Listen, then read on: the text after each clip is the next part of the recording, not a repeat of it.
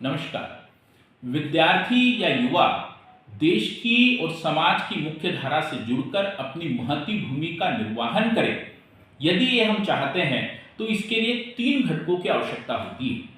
पहला है वातावरण, दूसरा है सलाहकार और तीसरा है उनका स्वयं पर नियंत्रण।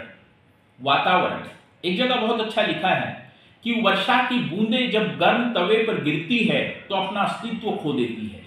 वर्षा की बूंदें यदि पहाड़ी के शीर्षस्थ स्थान पर गिरती है तो हिल स्टेशन बन जाता है। वर्षा की बूंदें जब सर्प के मुंह में गिरती है तो जहर बन जाती है। वर्षा की बूंदें यदि नीम के पेड़ पर गिरती है तो औषधि बन जाती है, दवाई बन जाती है। वर्षा की बूंदें जब गंगा नदी में गिरती है तो उसमें पवित्रता आ जाती है, और वही वर्षा की बूंदें यदि नाली में गिरती है तो गारा हो जाती है। वर्षा की बूंदें यदि केली के पत्ते पर गिरती है तो कर्पूर बन जाती है। वर्षा की बूंदें यदि कमल के फूल पर गिरती है तो मोती जैसे चमकती है, और वही वर्षा की बूंदें जब शीप में गिरती है तो मोती जैसी चमकती नहीं, साक्षात मोती ही हो जाती है। अर्थात बरसात की बूंदें, वर्षा की बूंदें, वही अंतर है वातावरण का। उनको एनवायरमेंट कैसे मिला, वैसे ही युवा और विद्यार्थी को जैसा वातावरण मिलेगा वैसे उनके व्यक्तित्व का निर्माण होगा। दूसरा सलाहकार। सलाहकार भी महत्वपूर्ण भूमिका निभाते हैं।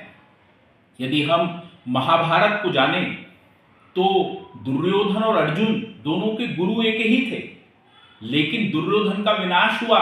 कारण यह है कि दुर्योधन के जो सलाहकार थे वो मामा शकुनी थे, और अर्जुन के जो सलाहकार थे वो भगवान कृष्ण थे।